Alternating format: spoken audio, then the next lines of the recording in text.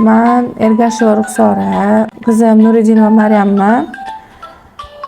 2 yoshida ZPR diagnozi bilan osteopatiyaga olib kelganman, osteopatiya o'ziga. Qizimda osteopatiyaga oldinroq olib kelmaganimizdan afsuslandik. Nimaga? Chunki уже ancha o'zgarishlar paydo bo'ldi, tushuncha paydo bo'ldi. Oldin gapirsak tushunmasdi.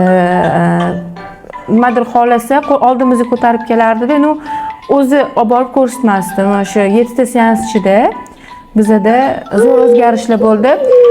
Pampersini axlatga o'zi olib borib tashlayapti. Nimadir xohlayotgan bo'lsa qo'limizdan ushlab tortib olib borib, o'sha narsani ko'rsatyapti. Hozirgi 2-3 kun ichida o'sha kir mashinaga o'zi kirlarni tiqib, eshigini yopib kelishni o'rgandi. Non yeyish, juda ko'p non yerdi. Non yeyishni to'xtatdi. Qoshiqda o'zi ovqat yeyishni boshladi.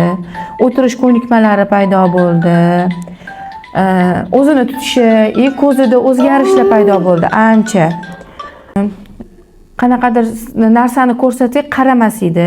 Mushuq bilan o'ynashni boshladi. Oldin hayvonlarga e'tibor qaratmas edi, hozir mushuq bilan, mushuqni yoqtirib, mushuq bilan o'ynashni boshladi.